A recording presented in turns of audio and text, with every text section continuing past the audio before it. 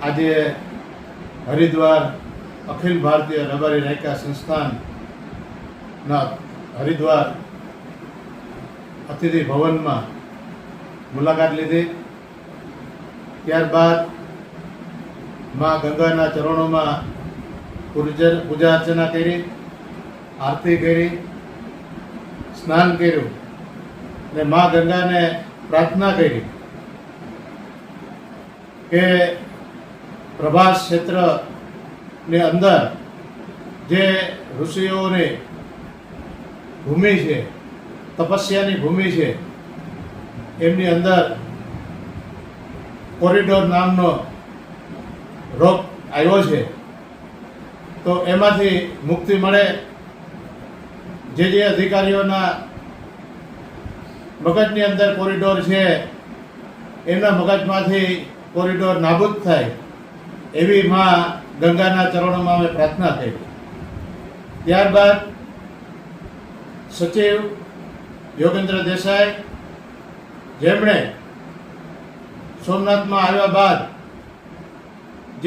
જે લોકોએ વિશ્વની અંદર સંસ્કૃતિ જાળવી રાખી છે એવા ભૂદેવોએ એમના અણઘડ વહીવટને કારણે આંદોલન કરવું પડ્યું.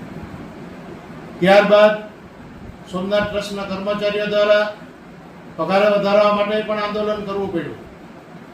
આજે આ સચિવ યોગેન્દ્ર દેસાઈ દ્વારા ગામની અંદર એકદમ માહોલ ભયભીત કરી દીધો છે.